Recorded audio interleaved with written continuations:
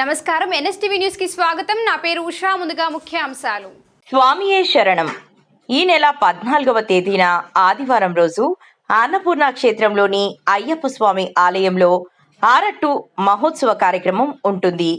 ఉత్సవ విగ్రహంతో పలు వీధుల గుండా స్వామివారి శరణు ఘోషలతో ఊరేగింపుగా వెళ్లి గడ్డనవాగు ప్రాజెక్టు ప్రాంగణంలో అభిషేకం పూజా కార్యక్రమం నిర్వహించి ఆలయానికి చేరుకుంటుంది.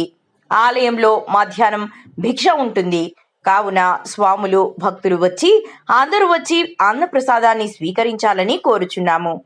అలాగే సాయినాథ్ గురుస్వామి కుమారుడు మణి ఆశీర్వాద్ 18 సంవత్సరాల మహాపడి పూజ సాయంత్రం 6:30 మొదలవుతుంది.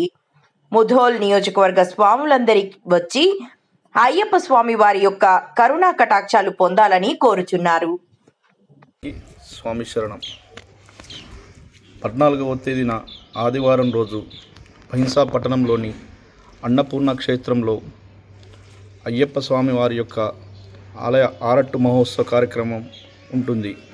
కావున స్వాములందరూ తప్పకుండా, భక్తులు అందరూ తప్పకుండా రావాలి.